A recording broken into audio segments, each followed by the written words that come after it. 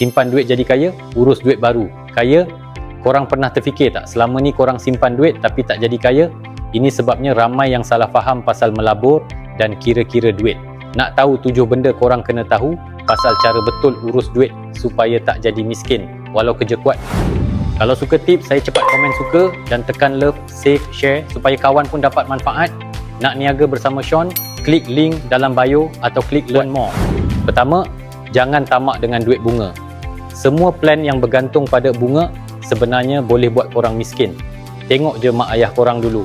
Walaupun simpan ribu-ribu duit dalam bank, tapi tak kaya-kaya juga sebab bunga rendah dan inflasi makan duit simpanan. Kedua, jangan percaya sangat dengan faedah berganda atau compounding interest.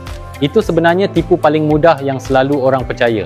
Semua orang cerita nak kaya dengan bisnes, saham, franchise, tapi siapa yang kata dapat kaya cepat sebab compounding interest? Ketiga, jangan mimpi nak kalahkan ekonomi dengan pelaburan berisiko tinggi yang janji untung tinggi. Kalau untung lebih 3%, hati-hati, modal boleh hilang bila-bila masa. Tak ada benda free lunch dalam dunia ni. Korang mesti faham, urus duit ni bukan sorang-sorang boleh buat. Kena ada sistem betul, kena guna tools yang betul. Saya ada apps dan bisnes yang siap untuk bantu korang yang serius nak ubah hidup, nak keluar dari lingkaran masalah duit ni. Kalau korang serius, klik link kat bio, isi maklumat, saya akan reply personally untuk guide korang. Jangan nanti menyesal sebab peluang ni tak datang selalu. Korang pernah rasa stuck tapi tak tahu nak mula kat mana? Jom komen kat bawah apa masalah korang, saya nak bantu. Jangan takut nak ambil langkah pertama.